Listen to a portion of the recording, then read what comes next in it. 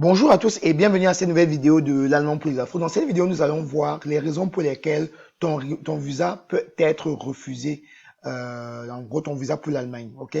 Donc, mais avant de commencer, je suis Johan, je t'aide à t'améliorer en allemand et je te donne également des conseils sur ta procédure d'immigration, le travail en Allemagne par exemple, les études, etc. Donc, tu es sur la bonne chaîne, n'hésite pas à t'abonner en cliquant sur le bouton rouge juste en dessous et active la cloche de notification pour ne rien rater. Et dans la barre de description, tu trouveras également des cadeaux pour toi dans lesquels tu pourras t'inscrire, télécharger, etc. Donc, en ce qui concerne, par exemple, ce thème, etc. Donc, n'hésite pas à aller checker la barre de description également. OK.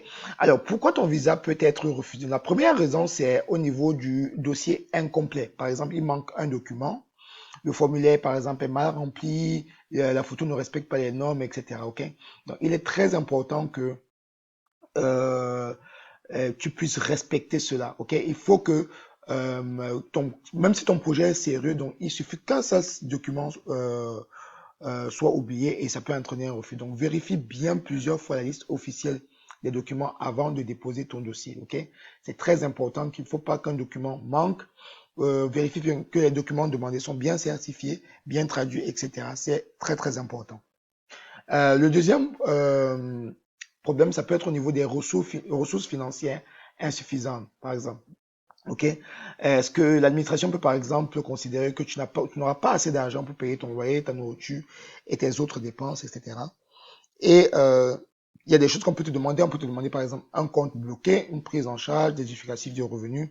Et si ces preuves ne sont pas suffisantes, le visa peut être refusé. Donc, veille bien à ce que tes ressources financières soient suffisantes et que tu puisses avoir la possibilité de les justifier. Très important.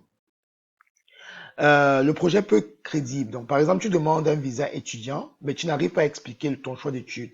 Tu veux, par exemple, suivre une formation, mais la formation n'est pas en lien avec ton parcours. Ou alors, les informations de ton dossier sont contradictoires. Donc, fais bien attention. Il faut que l'administration comprennent de visu directement pourquoi tu veux réellement aller en Allemagne. C'est très important. Donc, il faut une cohérence, une concordance entre ce que tu fais et ton parcours et ce que tu vises obtenir du coup en Allemagne.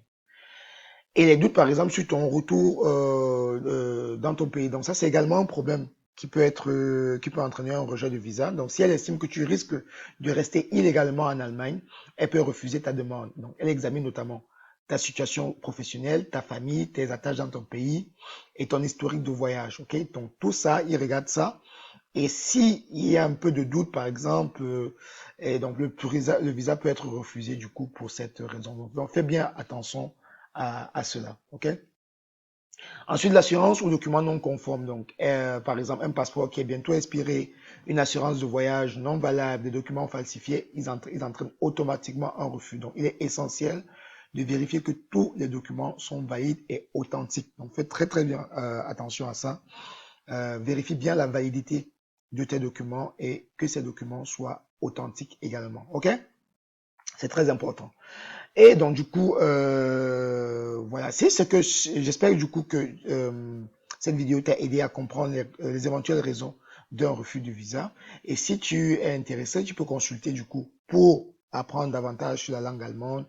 J'ai des playlists, par exemple, pour réussir le TELC, si tu prépares au TELC, que tu vas probablement passer en Allemagne, du coup, comme examen d'admission. J'ai également des cours de grammaire sur la chaîne, maîtriser les propositions, maîtriser les conjonctions, etc. OK? Donc, n'hésite pas à aller checker notre playlist et regarde-les pour compléter, n'est-ce pas, tes cours d'allemand, etc. OK? Merci de m'avoir écouté. Je suis Johan. Restez abonné sur la chaîne de l'allemand pour les infos et à très très bientôt pour une nouvelle vidéo.